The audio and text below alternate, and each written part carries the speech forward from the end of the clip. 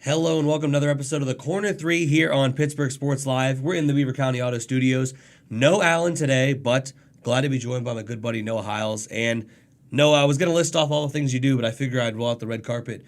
For you to introduce yourself, you're obviously a part of everything we do here at Pittsburgh Sports Live. What all do you got going on? So here I got the Pittsburgh Pirates Hot Stove Show, of course. Sticking with baseball, I produced the pregame show for 93.7 The Fan. I produced at KDK News Radio 1020. I write for the Beaver County Times, the Trib, some D3Football.com. But you probably know me best from my years on the freshman basketball team down at Bergenstown High School. Averaged a crisp 5.5 a game. Actually 5.55 across the board. So wow, a young Rondo, if you will. Yeah, I would say definitely, or maybe a young Lonzo. Yeah, and I like to call myself your girlfriend's favorite JV quarterback. Well, there you go. There you go. Glad to have you on today, Noah. Glad to be on. We got a big, tightly packed show here today. First things first, we're going to get started talking about the Pitt men's basketball team. Mm-hmm. Now, with their loss last night to the Clemson Tigers, they fall 62-48. One of the worst performances offensively they've had all season. They went up against a red-hot Clemson Tigers team who was shooting the lights out, especially in the first half in this game, and ended up losing now their 11th straight game, which is the second longest streak in program history, the longest one obviously coming last season under Kevin Stallings. Alan and I have talked about this Pitt team ad nauseum over the last few weeks of this losing streak, of what's been going wrong. We know they're not creating easy shots on offense. Their defense has slipped. They're getting dominated in the paint, whether it's rebounding, whether it's scoring, and whether it's just in terms of protecting the rim. How much of this blame at this point should we start actually putting, not necessarily putting it on, not Capel's players, not a roster that you really can win with in the ACC? How much of that pressure or blame should we actually put on Jeff Capel himself? I think it's a combination of Capel and the situation itself. I mean, yesterday there was a matchup between a team that had a lot to play with. They entered today, Clemson still is one of the first 4 teams out on the bubble in the CBS bracketology, which is updated every day. So Clemson, obviously, a lot to play for, and Pitt has nothing to play for. They're not going to get invited to play in, the national tournament. They're not going to get in the NIT or the CBI or really anything. And I think that's really reflective of their play. And I don't think, it's not like they're playing with a lack of heart. I still think you see the hustle. They didn't roll over and die last night. They got it to within single digits in the last, 5 minutes, I believe. So They did, They did, but at the same time, I just think you notice a difference in play for this Pitt team from the beginning of the year to the end of the year when they were beating Florida State, when they were beating Louisville, and even before conference play when they went toe-to-toe with Iowa. They knew, they probably weren't going to be a tournament team, but that was still a possibility. They still could shock the world. At this point in the year, after they've had some of the frustrating losses that they've had, after they've gotten blown out like they've had, a couple times now. What else is there to do? I mean, you're just fine-tuning your game, and when things don't go well, it's easy to check out. And I think they did that, especially in the first half. Capel probably got him fired up in the second half, but I don't know. I just don't know what else we can really take away from this team for the remainder of the year. I think the biggest takeaway from this game is that they're coming off their bye week. Yeah. And they had one of the later bye weeks in the ACC. Mm-hmm. One that honestly came probably 3 weeks too late because they really would have benefited them if they got this 3 or 4 games into this losing streak. But they come off the bye week, and that was really the thing that Alan and I had talked about over the last few weeks is they just looked gassed. They looked tired, and not even physically. They looked gassed mentally. Yeah. And for 2 guys, Adis Toney and Trey McGowans, who were 2 of the better players early on in the season, those are guys that still should be technically in high school. Yeah. So you see how those guys just mentally started to get drained as the season went on. They have this bye week, hopefully an opportunity for them to, catch up on their schoolwork, to get some much-needed rest, take it back a little bit in practice. And then they come out and they lay an egg against the Clemson Tigers, who are a team that I think Pitt should be able to beat, that I think this Pitt team can beat. But now 2 times this season they've played them, and they've gotten outclassed down the stretch.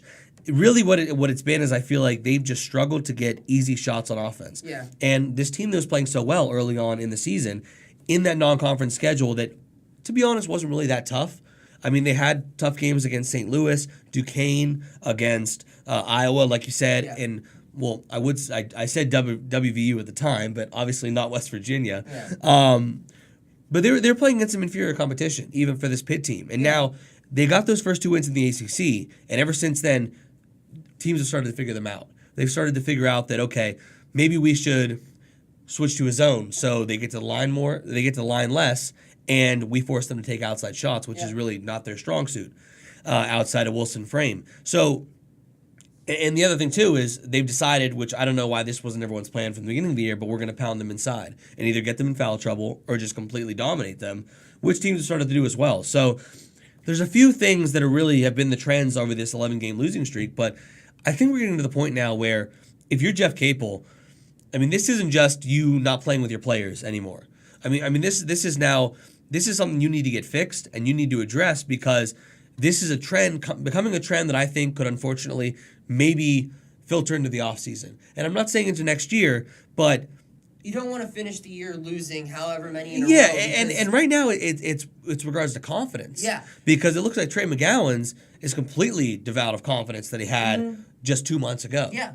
And I think that you talked about Capel's role in this is, like you talked about how a lot of teams are running a zone against them. Yeah. Not only is that forcing them to shoot outside, which they're struggling with, but it's forcing a lot of turnovers. I mean, Pitt as a team does not move the ball very well. No, they don't. And you see them struggle with turning the ball over. I mean, it was obvious when they played Syracuse, but Syracuse is a team that naturally runs the zone perfect. Yeah. Right? But even yesterday, their best player, Johnson, Pitt, Xavier Johnson, 8 of the team's 13 turnovers. That's unacceptable from a guy that, when you're not scoring the basketball, you go to your best player, who has been the X-Men all year. But when he has 8 of your team's 13 turnovers, and you can't even go to him, though he might be able to score, but if he's going to turn the ball over that much, that's not good. So, yeah, it's schematical stuff like that here and there. But, again, I really think that this Pitt team is just ready to get the year over with.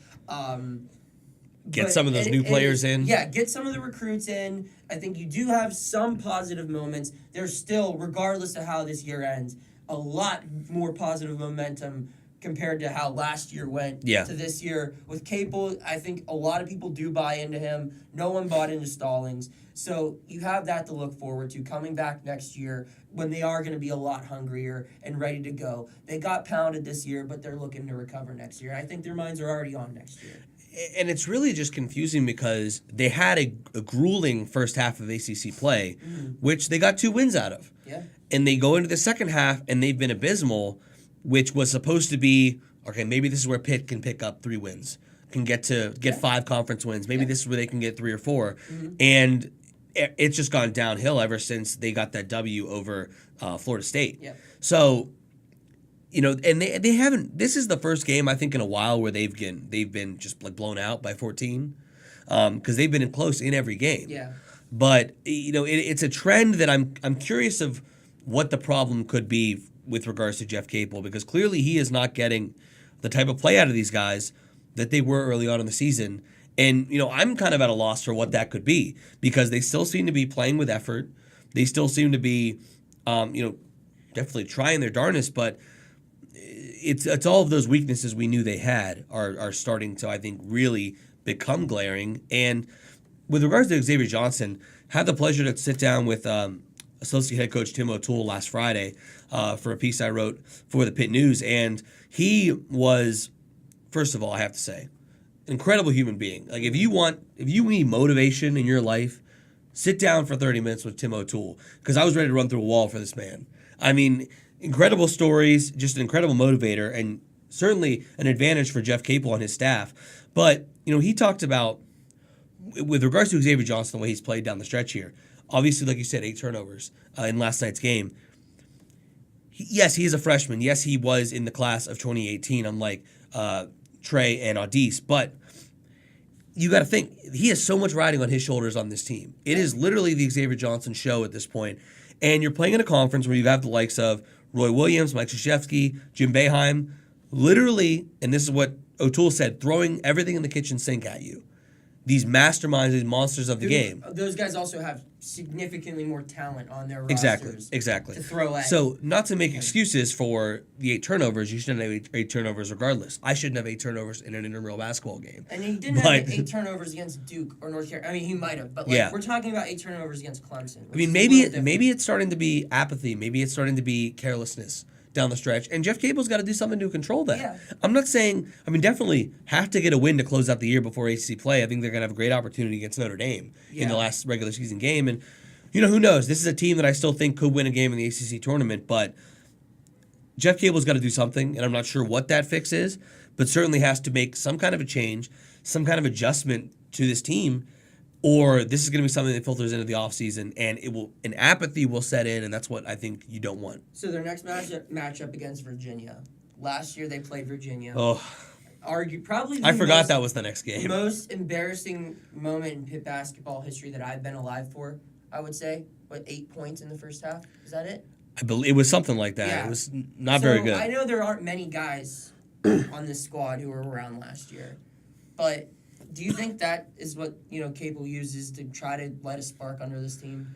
I guess, but I'm thinking that isn't even the way to motivate these guys, because these guys have been having those performances where they 8 points and a half? No, not to that extent, obviously, but they've been having those performances where they've had offensive struggles over the last few weeks, and maybe that's not the approach to take if you're Jeff Capel. Maybe the approach to take is not, because that wasn't his team. That wasn't. And those guys, most of these guys weren't here, and anyone that was here, he has tried to completely erase last season. Mm-hmm.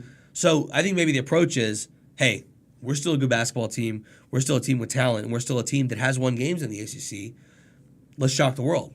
All right. So maybe that's the optimist in me. Shock the world. But maybe that's the message that Jeff Capel has to have to his team. All right. Noah, want to move on to some NBA topics. NBA time. Let's go, baby. Here we go. So, we haven't had a chance to talk NBA over the past few weeks. It was the All-Star break. This wasn't planned, by the way. I just did that. I like it. Allen doesn't do stuff like this.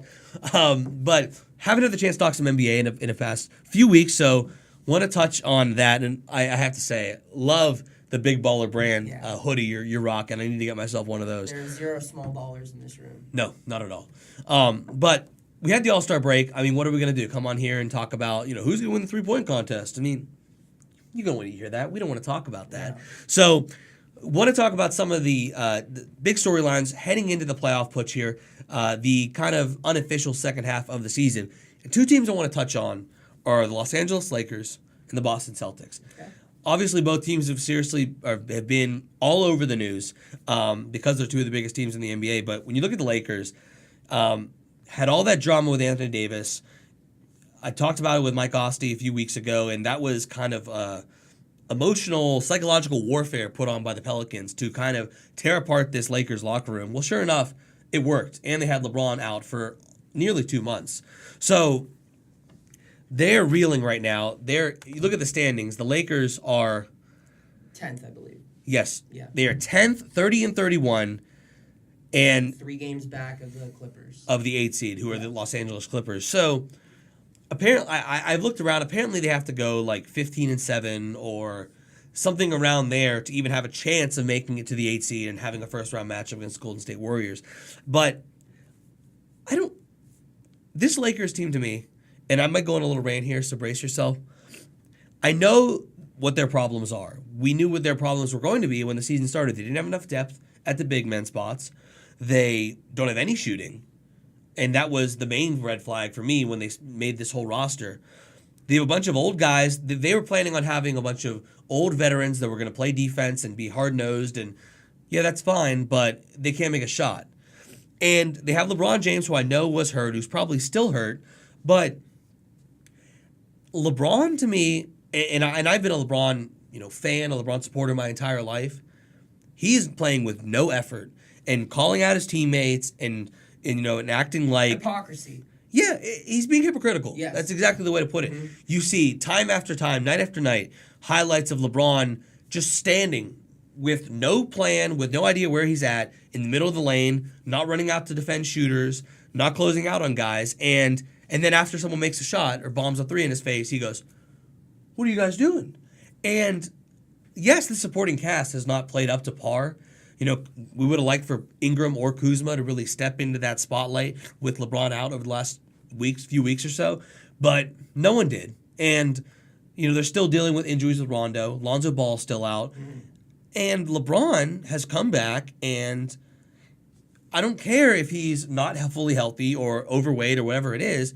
You got to play with some effort. You got to win. And if you're saying that you're gonna put yourself into playoff mode, LeBron, that means both sides of the court. Playoff LeBron doesn't lose to the Memphis Grizzlies. Yeah. He doesn't lose to who'd they lose to before the Grizzlies? Pelicans. Yeah, I mean that. All right, I got two names who are responsible for ruining the Lakers season. Give it to me. All right, and I'm you gotta hang with me on this. The first one is Jesus Christ, and the second one is Anthony Davis. Jesus Christ, fun fact, born on December 25th. That's when LeBron got hurt. So that's the first guy. Well, LeBron gets hurt on Christmas Day, and the team that LeBron was a part of, I can't even call them the Lakers, because this Lakers team that we're watching now is nowhere near as talented. They don't have the chemistry. They don't play well together. That Lakers team on Christmas Day, while it was a short sample size, not even halfway through the year, I mean, they were in fourth place in the West. And they smacked the Warriors. In that game. In that very game where Yes. LeBron got hurt. But after that injury, when LeBron got hurt, it forced other guys to step up. And I think that two things happened. I think that one of it was a lot of them just weren't ready for that moment. Sure. And another thing that happened was a lot of them realized we're auditioning to be traded. Plain and simple. Yeah, no, With you're LeBron right. out, all of these young guys are playing. You're seeing Hart get more minutes. You're seeing Kuzma take a bigger role. Ingram's expected to score more. Lonzo, everyone's supposed to step up. They're all just realizing, we're just making a highlight tape for ourselves to send to whoever. And then in comes my second name that killed the Los Angeles Lakers, which is Anthony Davis. Anthony Davis, whether, he intended to or not, and I guess maybe Rich Paul, in all reality, killed the Lakers. Honestly, because it's partially both of them, but I think it's LeBron. Well, yes, but I think the real guy to blame is Dell Demps, who got fired as the GM of the Pelicans. He went down like he was the guy. Scarface, just shooting everybody on his way out. He was the guy who Magic, bam. He was the guy who had LeBron, bam. He had no intent of making a trade with the Lakers. He strictly wanted to troll them. Family, bam. Completely ruined their locker room chemistry. Boston, bam. And that's exactly what he did. Yeah. And he did. He went out with a bang, and I gotta respect that. But yeah, the whole Anthony Davis thing, LeBron's coming back, and all of these young guys have been holding down the fort without him. Meanwhile, you got LeBron. He's on HBO. He's recording music with 2 Chainz. He's drinking wine on the sideline.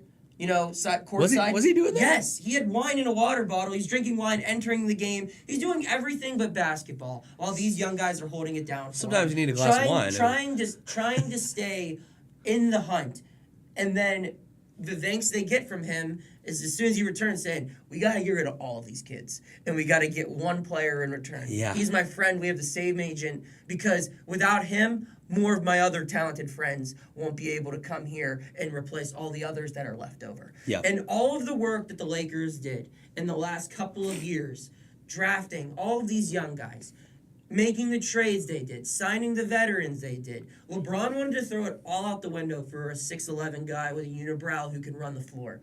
And, I mean, he's very talented, don't get me wrong. But the fact that did not work, it ruined them. It ruined their chemistry. They're not playing together. And they got a big win over the Pelicans. And I'm not writing off the Lakers. I'm not. Because I think any team with LeBron is capable of going 15-7 down the stretch. Absolutely. But when you think of the big picture here, and I know that based off the moves they made this past offseason, signing guys like Rondo and Lance Stevenson and stuff, they clearly weren't trying to contend for a championship.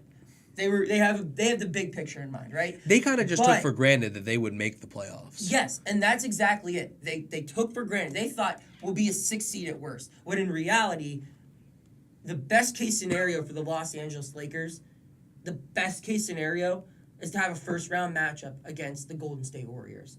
That any team with LeBron James on it, they'd be the 8th seed playing Golden State in the first round. You got to fire some people, and I mean, LeBron is just adding another name to that list of coaches that he's murdered. Poor Luke Walton.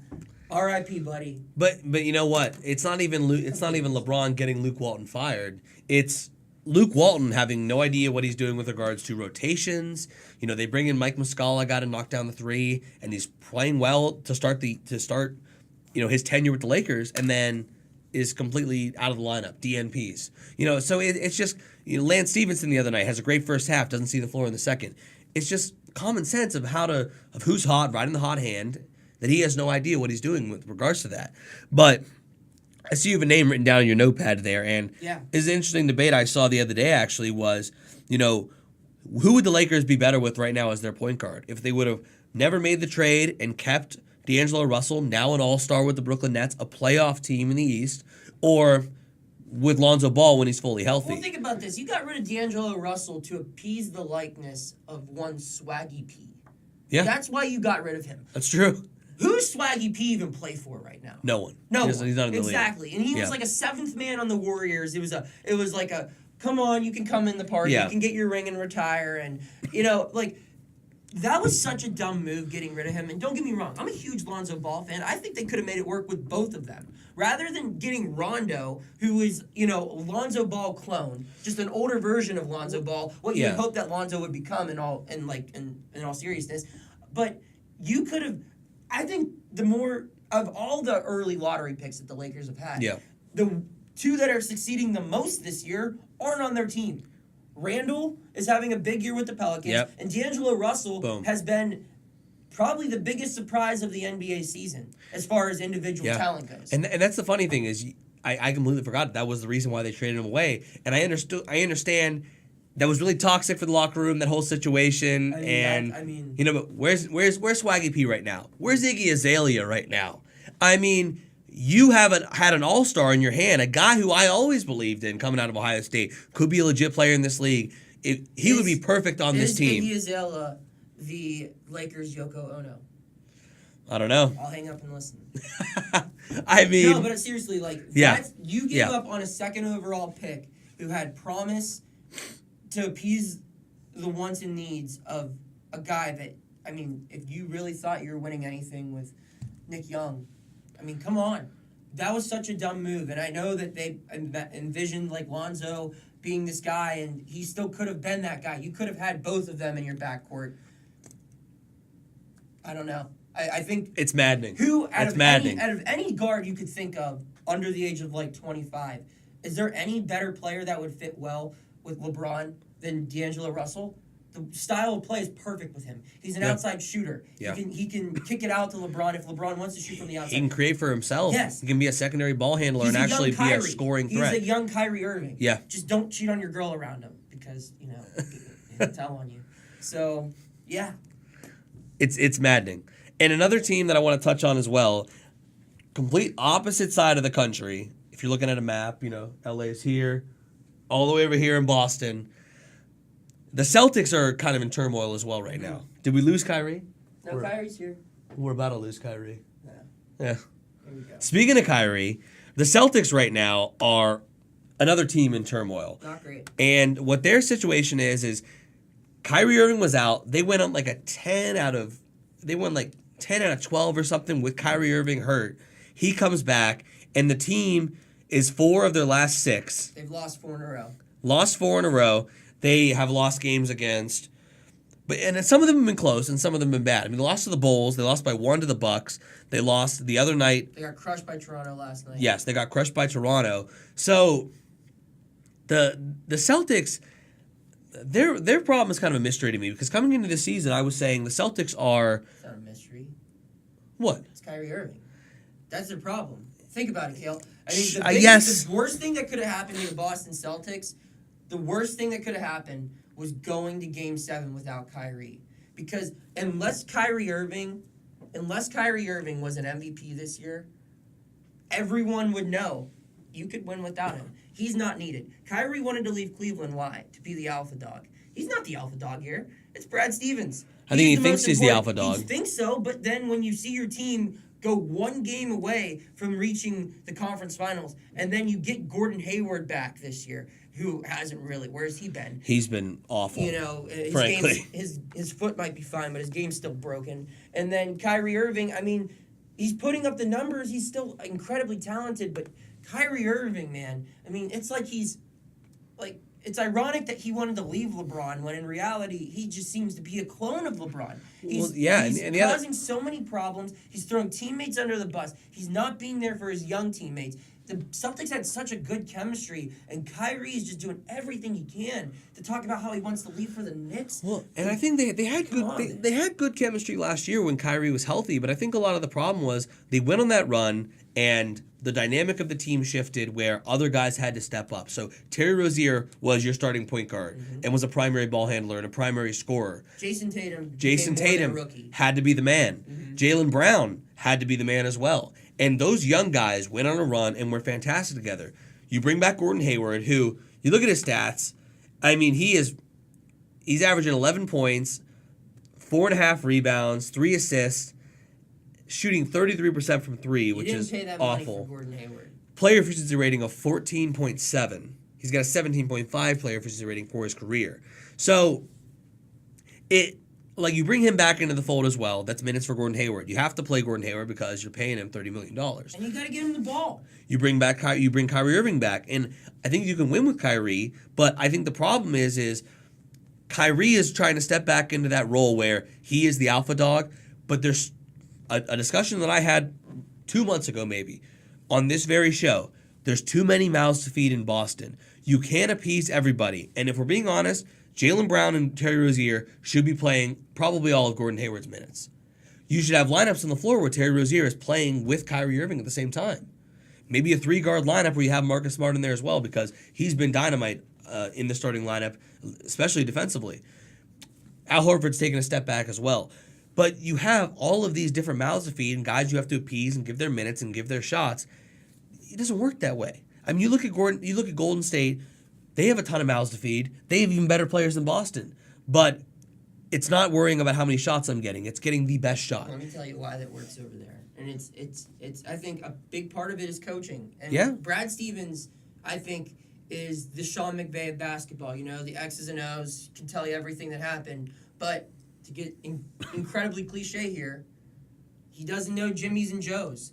Brad Stevens has never, I mean, he's been a successful college coach or whatever, but he coached at Butler. Like, what egos are you going to have at Butler? And now he's in Boston, and there's a lot of personalities on that Celtics team, but they were so young.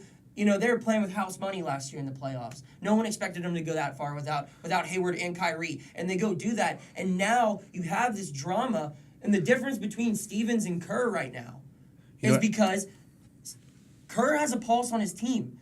Kerr knows how to handle the biggest, enemy of the media and Kevin Durant. Always crying, always saying these things. He knows how to keep it under control. He knows how to control the two most guys who have the biggest problems with the officials in the entire league. Draymond Green and Boogie Cousins, he knows how to keep them under control. He knows how to keep Steph happy. He knows how to keep Clay happy. I assume keeping Clay happy would just be like giving him Play-Doh or something, but still, nonetheless. Toaster. Toaster. Yes. Just let him hang out with his dog. Yeah, it's just something simple. But, you just don't have to dribble the ball. Just chill. But in all seriousness, that's the difference. We're seeing that Stevens, while he is the genius, I don't think that he is able to control the locker room, and he doesn't have the relationships with his team that you've seen Popovich have with the Spurs during their successful, that you saw Phil Jackson have with the Lakers and the Bulls, that Pat Riley had with the Knicks, we could go on and on and on. Here's the other Lakers, Here's the other thing too. With the Warriors. Is traditionally what their game plan has been and their identity under Brad Stevens in Boston was, listen, if you buy into what I'm trying to do defensively, okay, I will let this team have complete freedom on the offensive end. Yeah. Okay? Which is fine, which worked last year, which has worked in the past for them. It worked with Isaiah Thomas. It worked last year, the first year with Kyrie. But the problem this year is that offensive freedom and all that is fine. They're still buying in defensively, but the problem is that there's now too many guys to take those shots. And you have- and there's no cohesion. There's no chemistry amongst all those guys if you don't have a plan on offense. This is the first time But Stevens has coached a marquee name down the stretch. Yes. The other thing too, though, which kind of ties into that, you're right. They were playing with house money in the playoffs last year. They went on that run because they didn't deserve to be there. They didn't expect to be there when you look at that roster. Yeah. But sure enough, they went on a run and they were fantastic. This whole team, no one on this team is accustomed to or comfortable playing as the favorite. Gordon Hayward, was he ever the favorite in his entire life? Maybe Did you back see in high him? school when they won the state championship. Sure. 30-39. Did you see him coming out of Butler? What he looked like? Not great. The guy looked like he worked at Hot Topic. Yeah. I mean, or worked at the Gap. I mean, he was always an underdog at Butler in the NCAA tournament, an underdog coming into the NBA who had to work for it. Terry Rozier, a guy who no one really believed could be a legit NBA point guard.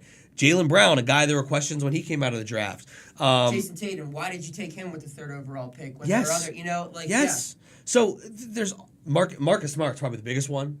If we're talking about underdog, gritty mentality. So all of these guys on this team are comfortable being the underdog, coming out of nowhere. But when you're the favorite coming in, when everyone, including myself, picks you to be the best team to come out of the Eastern Conference, that's a different situation. And not a lot of teams, not a truly great teams, can make that switch, to flip that switch and say, okay, we're not the underdog anymore. We're the big boys on the block. And we have to take advantage of it, and we got to play like that. Not many teams can do that. And I think that's what we're seeing, the struggles from the Celtics. Yeah, I mean, I really think a lot of it boils down to Kyrie is just losing his damn mind. He doesn't want to be there. He wanted this to be his team. It's clearly not. So, and that's led to a lot of chemistry problems that the guy running the team can't control.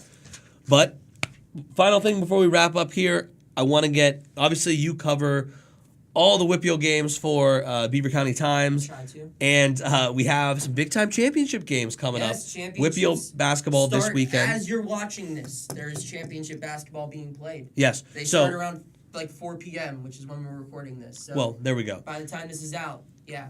So, games. Noah, I want to go a little run through. Give me kind of recap, recap, elevator pitch of each matchup. Preview. Yeah, preview. Well, yeah, that was preview. My fault, who you think, how you think those games are going to pan out, and maybe some of the star players that maybe we don't know about, but maybe they'll be shining bright on Saturdays and Tuesday nights in a few years here. All right, so we'll just go all the way up. We're starting with Single A, which is tonight. We have Vincentian Academy versus Nazareth Prep, excuse me. If you don't recognize Nazareth Prep, they just changed their name. They were Holy Family Academy before that. This is their first ever trip to the WPIAL Finals against Vincentian, who is looking to win their 3rd straight. They're led by a pair of stud sophomores, one 6'6" forward, Angelo Reeves. He's got a lot of length. He'll be a Division I recruit here soon. I like Vincentian to beat Nazareth Prep. They played twice already this year, and Vincentian has won both times. I look for them to get the 3rd victory as well over Nazareth Prep for the Single A title. Double A title game, we move up. Olsh versus Sarah Catholic. This will be a good one, I think. Olsh looking to get that first basketball championship in school history. They've always kind of ran into Swickley Academy, and now that Swickley Academy got taken down by Sarah Catholic in the semifinals, I was actually covering that game. I think Olsh has a prime opportunity. A lot of good players on Olsh. You could pick, a whole bunch of different guys who average, 10 to 15 a game. But I think the guy that stands out for me for the Chargers is Dante Spadafora. He's their point guard. He's only a sophomore. He's a freshman last year. His handles, his court vision, his defense, they all really impressed me. And he could shoot it from anywhere on the court. His numbers might not pop off the charts this year, but I think that he is kind of the wheel that makes Olsh turn. For Sarah Catholic, you've got Jimmy Moon. Not to be confused with Jackie Moon, Will Ferrell's character from Semi-Pro. But great movie. This guy is also, just another force down low. 6'8", 280 pounds, or maybe not 280, but like 260, all muscle. I mean, this dude's a beast in the post, averages 29 a game, and he'll bully people down low if you allow him to get the ball. And you can't foul him because he's a good free throw shooter as well. I like Olsh coming out on top just barely over the Eagles, who are making their first title appearance since 2009. We move up to AAA. I think this is the big blowout out of all the games. Lincoln Park against North Catholic. I mean, the Leopards, I think I think Lincoln Park would probably beat any team and any classification in the WPIAL. And I'm not trying to sound crazy when I say this. I think there are like 3 or 4 teams that could maybe take them down. But Lincoln Park, by the way they're playing now, how hot they are, how solid their backcourt is, led by Keno Holmes, who's just, runs the floor. But they have other guys too. Smith, I believe his name's Isaiah Smith, I want to say. He's another really good guard. He transferred there this year. He can put up a lot of points. They're so fast. They press the whole time. North Catholic pulled off an upset over Aliquippa to get there. I don't think that the Trojans beat the Leopards. I think Lincoln Park wins big tonight in 3A. We move to the top 3 classification games. If you're an old school, gritty Western Pennsylvania guy, you'll like these matchups because none of them include a charter school, a Catholic school, or a private school. They're all public education, good old corn-fed Western Pennsylvania boys. 4A, it is the 3rd year in a row where we will see Newcastle against Quaker Valley. Last year, we saw Newcastle come out on top against a Quaker Valley team that was undefeated. This year, they have played each other twice in the regular season. Quaker Valley has won both of those games. I look for them to win this one as well. Newcastle, kind of shocking that they made it back. Demetrius Knight, their leading scorer, hasn't played in either of their postseason wins to this point. For undisclosed reasons, we don't know if he's playing in the championship. So I like the Quakers from Quaker Valley to come out on top to avenge their last 2 title losses and get to this 3rd tries the charm for Quaker Valley for the black and gold. We move to 5A. This is the game of the night. This is the game that everyone wants to watch. Last night, there was probably the best game in the WPIAL that took place in the semifinals of 6A, which we'll talk about in a little bit here. But 5A, you can call this matchup, I'm sorry for the pun, I really am, out of this world. It is Moon versus Mars. Oh, my God. And, You're killing me. These 2 teams, beginning of the year, yeah. It's kind of like when LeBron played for the Cavs and you just knew it was going to end here. Yeah, you knew both of these teams have 1 loss. You knew that these teams are going to meet up, and it's going to be the most entertaining game played in the Peterson Event Center this weekend. And the big guy for Moon, Donovan Johnson, younger brother of Cam Johnson, yes. Former Panther, now UNC Tar Heel. Leading scorer for North Carolina. Donovan, first year with the Tigers, last year played for Olsh. But now Puff, as they call him, is a junior, 6'8", averaging 23 a game. Guy being looked at by the Panthers. Yes. Visit with Ohio State recently as well. Yeah, and he's just one of many talented players for Moon. Moon has a very experienced backcourt. 3 guys who are 4-year letter winners, 2 guys who are 4-year starters. So they have a lot of talent. But Mars is no slouch as well. Michael Kermudi, 6'7", 290, offensive line recruit. They're going to put him on Johnson down low. It's going to be a battle. It's going to be fun to watch. And then we rounded up 6A battle, Butler versus Mount Lebanon. Butler played in the game of the century last night against Pine Richland. The game was sold out, and it came down to the final, last couple seconds. Ethan Morton dropped 40. Dude's good. Yeah, dude's a stud, only a junior, but he's going to have his pick of the loot when it comes to colleges to play basketball at the next level. He's going to need a big game. Luke Peters actually left the game with an injury, taken off in a stretcher in the final minute of the game. Another key player for Butler. Reports are saying, Mike White says, no concussion, questionable to play, very sore. They're going to need him. Mount Lebanon, a team with only 3 losses this year, and they beat Butler 87-60. So I'll take Mount Lebanon repeating, but Ethan Morton, he's someone you got to go to the Pete at 9 p.m. On Saturday night just to watch play, regardless of the matchup itself, which is a good one. So there you go, Cale. No, I got to say that was impressive. Yeah. That's a hell of a rundown of the WPIAL Championships, all coming up over the next few days this weekend. Noah, that's going to do it for us here today. I appreciate you coming on and joining me. Hey, you're welcome from picking up from class as well. I appreciate that for sure. Once again, this is the Corner 3 in the Beaver County Auto Studios. Make sure you subscribe. Follow us on Twitter as well at Pittsburgh Sports Live. It helps us out a lot. And hit that subscribe button as well so we can keep the lights on in this place. Tell your friends. Tell your friends. It's the newest cool thing. Mm-hmm. But once again, this has been the Corner 3 on Pittsburgh Sports Live.